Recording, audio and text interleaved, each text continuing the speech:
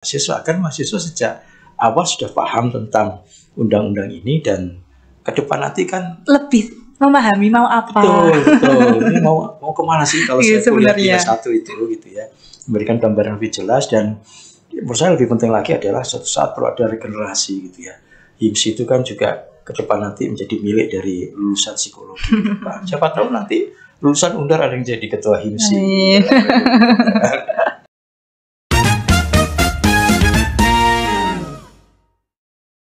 Assalamualaikum warahmatullahi wabarakatuh. Saya Nadia Reva Ramadhani. Kembali lagi dengan saya di podcast Universitas Darul Ulum. Kali ini kita akan membahas topik yang sangat relevan dengan dunia psikologi, yakni implementasi Undang-Undang PLP untuk menjadi sarjana psikologi yang profesional. Saat ini kita kedatangan tamu yang sangat istimewa, yakni Dr. Andi Maturesi, MSI Psikolog. Selamat datang Bapak. Bagaimana kabarnya hari ini Bapak? Alhamdulillah baik. Alhamdulillah. Senang sekali rasanya Universitas Darul Ulum kedatangan tamu yang sangat istimewa. Kita akan mengulik tentang apa itu PLP oleh langsung dari ahlinya.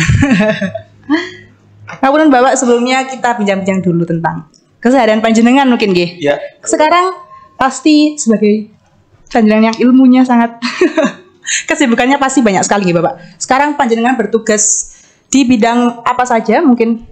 Ya, yang jelas jadi dosen ya, dosen Fakultas Psikologi Untak Surabaya.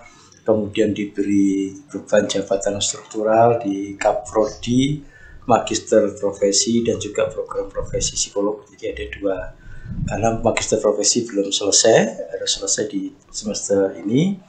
Dan sebelum selesai sudah jadi Kaprodi. Diberi amanah lagi, Masya Allah. Kemudian di organisasi saya sebagai Ketua Umum Pengurus Pusat Hiburan Psikologi yang memang harus mengayomi 25.000 lebih anggota di HIMSI. Dan ada di 38 wilayah ya di Indonesia. Ya, di Indonesia. Kemudian ada 22 asosiasi ikatan yang ada di dalam HIMSI. Alhamdulillah. Berkarya terus nih Bapak. Ya. Dengan aslinya dari, kalau saya asli Bojonegoro ini. Oh, asli dari Bojonegoro, Jawa Timur asli. Ya, Jawa Timur, Bojonegoro yang dekat dengan Cepu ya, dengan berbatasan dengan Jawa Tengah. Ya, alhamdulillah sekarang sudah memberikan dampak yang sangat besar, sangat luas. Alhamdulillah Bapak. Oke, kita langsung sebelum kita masuk lebih ke pembahasan, mungkin Bapak bisa menjelaskan kepada pendengar apa itu PLP dan bagaimana relevansinya dalam pendidikan psikologi di Indonesia.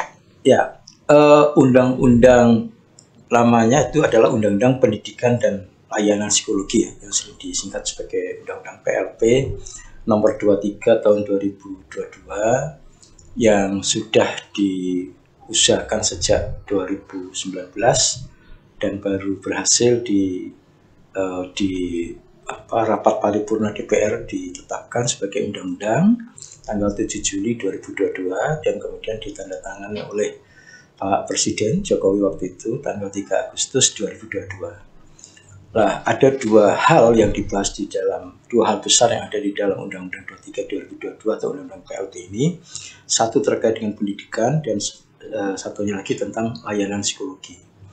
Tentang pendidikan, maka pendidikan yang dulunya itu hanya ada S1 dan Mapro, S2 dan S3 sains ya. Sekarang ada dipilah menjadi dua besar, yaitu pendidikan akademik S1, S2, S3 psikologi, dan ada pendidikan profesi psikolog umum, spesialis dan subspesialis. Artinya sama dengan profesi di kedokteran dan profesi lainnya ya. Hingga kita dengan pengaturan seperti itu, maka yang Mapro Magister Profesi sudah harus ditutup di Agustus 2025. Gitu. Seperti itu nggak Bapak? Ya. Dan akan diganti dengan kebijakan yang baru. Ya, kebijakan baru yaitu yang dikuatkan dengan Permendikbud Ristek nomor 43 tahun 2023 tentang pendidikan profesi psikologi. Jadi profesi psikologi ada psikolog umum, program profesi psikolog umum yang bisa dilaksanakan 2-3 semester dan maksimal 4 semester. Kemudian ada spesialis dan ada subspesialis. Seperti itu. Jadi kalau dulu Mapro itu kan masih belum ada kejelasan ya, karena magister tapi profesi juga gitu kan. Jadi berkecimpungnya di bidang apa masih belum ada yang. Jadi undang-undang ini menyesuaikan pendidikan sesuai dengan Undang-Undang 12 tahun 2012 tentang pendidikan tinggi. Jadi supaya lebih terarah tadi nggih Bapak nggih. Menujunya ke Nah, terkait dengan layanan psikologi maka harus ada pengaturan-pengaturan, misalnya standar layanannya seperti apa, standar pemeriksaan, standar sarana prasarana, standar laporan, kode etiknya seperti apa, itu akan diatur dan ditetapkan oleh pemerintah pusat sebagai turunan dari Undang-Undang PLP tadi. Jadi secara resmi diatur dalam pemerintahan nih Bapak.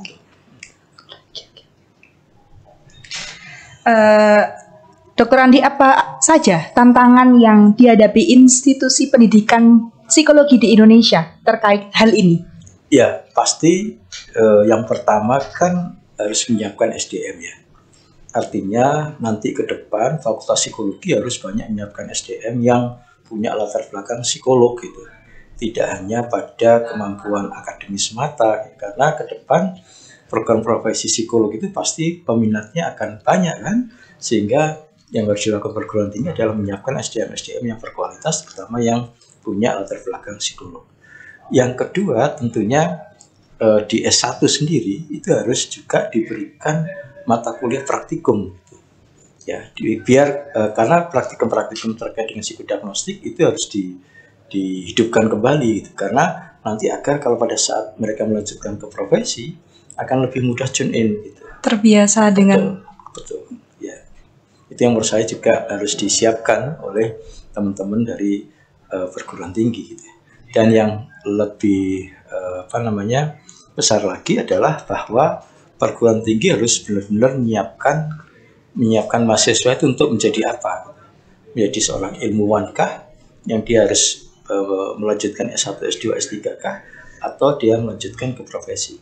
Artinya setiap perguruan tinggi punya kewajiban untuk memberikan pilihan dia menjadi seorang yang ilmuwankah atau menjadi seorang psikolog. Oh, jadi itu juga menjadi ranah Institut Psikologi dari S1 sendiri Bapak. Betul, ya. Ternyata sangat perinci ya Bapak, lebih lebih diperhatikan lagi. Kalau dalam undang-undang itu memang kan benar-benar mengatur, memberikan ruang kepada mereka-mereka yang S1 psikologi untuk mengambil profesi. Kalau dulu kan panjang ya, kalau magister profesi kan panjang. Kalau untuk profesi ini kan relatif tidak begitu lama kan, cukup 1,5 tahun saja sudah bisa lulus menjadi psikolog. Tapi pada saat di magister profesi dulu kan minimal 2,5 tahun gitu. Tapi rata-rata kan 3 tahun ke atas. Jadi nanti ke depan produk psikolognya menjadi akan lebih cepat dan bisa memberikan tantangan dari pemerintah yang mewajibkan satu puskesmas satu psikolog. Seperti itu, ya. Baik-baik. Apa saja langkah-langkah konkret yang telah dilakukan, misalnya oleh HIMSI atau institusi lain untuk mengatasi tantangan-tantangan tersebut, Bapak? Ya, yang pertama kami dari HIMSI sudah berkoordinasi dengan Kemendikbudristek ya kalau dulu, sekarang mungkin Kemendikti-Saintek ya, untuk menyusun RPP, rancangan peraturan pemerintah sebagai turunan dari Undang-Undang PLP ini. Nah, ini kan harus agak serius itu ya untuk menyelesaikan itu. Yang kedua yang dilakukan HIMSI adalah menyusun standar layanan. Standar layanan yang nantinya kalau psikolog itu, kalau dia memberikan layanan, sarana prasarana yang dimiliki apa sih? Gitu. Standar SDM-nya apa? Standar pemeriksaannya seperti apa? Standarisasi dari tiap-tiap. Ya. Dan yang lebih penting lagi nanti ke depan juga akan diatur tentang uji kompetensinya. Gitu. Ya, jadi bagaimana uji kompetensi sebagai psikolog itu kan juga membutuhkan hal yang penting ya, agar jangan sampai pertama mempersulit mahasiswa, tapi di sisi lain juga bisa mempersiapkan agar lulusan itu benar-benar siap nanti pada saat dilepaskan terjun di konteks nyata untuk memberikan layanan psikologi. Kalau untuk perguruan tinggi ya tentunya juga harus melakukan perubahan terkait dengan kurikulum di S1-nya, menyesuaikan dengan pilihan adanya profesi psikolog tadi gitu ya. Dan yang kedua ini memang yang mungkin perlu juga dilakukan oleh teman-teman psikologi undara adalah terutama universitas ya, itu melakukan MOU dengan HIMSI gitu. Karena salah satu syarat dari pendirian prodi profesi itu harus ada MOU antara perguruan tinggi dengan HIMSI. HIMSI. Ini sudah ada sekitar 100-an lah ya. Saya sudah datang ke 80 sampai 100 perguruan tinggi. Untuk melakukan MOU tadi. Ada MOU, seringkali juga MOU plus dengan kuliah umum, pemberian paparan kepada mahasiswa. Kan mahasiswa sejak awal sudah paham tentang undang-undang ini, dan ke depan nanti kan lebih memahami mau apa. Betul. Ini mau kemana sih kalau saya kuliah di S1 itu gitu ya. Memberikan gambaran lebih jelas, dan menurut saya lebih penting lagi adalah suatu saat perlu ada regenerasi gitu ya. HIMSI itu kan juga ke depan nanti menjadi milik dari lulusan psikologi. Siapa tahu nanti lulusan Undar ada yang jadi ketua HIMSI. Iya, siap seperti ini ya Pak. Berbicara tentang mahasiswa, apa pesan Bapak untuk mahasiswa psikologi saat menjalani PLP agar mereka bisa menjadi sarjana yang profesional dan kompeten? Ya, profesionalitas itu kan pertama harus didasari oleh yang namanya pendidikan. Jadi dalam pendidikan itu kan pasti akan didapatkan pengetahuan dan juga soft skill gitu. Ya, nanti kalau orang yang profesional itu kan dia harus kompeten, harus mampu mengatasi persoalan, menjadi problem solver, menjadi orang yang kritis gitu ya. Dan juga profesional itu ditandai juga dengan apa ya? Ada emotional bonding, ada ikatan emosional antara mahasiswa dengan apa yang dipelajari. Artinya harus mencintai psikologi gitu. Jadi kalau saya sudah memilih psikologi, berarti saya harus mencintai psikologi. Maka saya harus mengembangkan diri, belajar banyak, memahami dengan lebih bagus lagi psikologi. Totalitas nih Bapak terjunnya. Betul, ada sebuah totalitas, karena sekarang ini kalau kita tidak ada totalitas, maka kita tidak mendapatkan apa-apa di situ. Kita hanya mendapatkan knowledge mungkin, tapi tidak ada kemampuan untuk berpikir kritis, soft skill, leadership, dan sebagainya. Jadi tidak semua ya Bapak ternyata. Betul. Tidak semua yang mempelajari psikologi akan rasanya 100% untuk psikologi. Betul, makanya kan harus ada dibangun emotional bonding bahwa psikologi itu sesuatu yang menarik gitu. Karena tidak ada semua fenomena di dunia ini pasti akan bisa didekati dengan psikologi. Benar sekali. Mungkin Bapak ada close statement untuk teman-teman Universitas Darul Ulum, khususnya Fakultas Psikologi. Ya, saya lihat dalam beberapa tahun ini ada sebuah peningkatan lah di Fakultas Psikologi. Saya kan baru paham tentang Fakultas Psikologi Undar ini. Jadi semoga ini terjaga ya. Dengan adanya dapat akreditasi sangat baik ya, tidak semua tempat mendapat akreditasi ini. Dan saya lihat juga tadi mahasiswanya sangat aktif ya, sangat responsif. Itu menjadi sebuah hal yang positif bagi kampus Fakultas Psikologi Undar. Semoga saya setahun lagi atau 2 tahun lagi datang ke sini akan menjadi yang lebih baik lagi. Amin, pangestu, dan jangan lupa dosen-dosennya ngambil doktor gitu ya.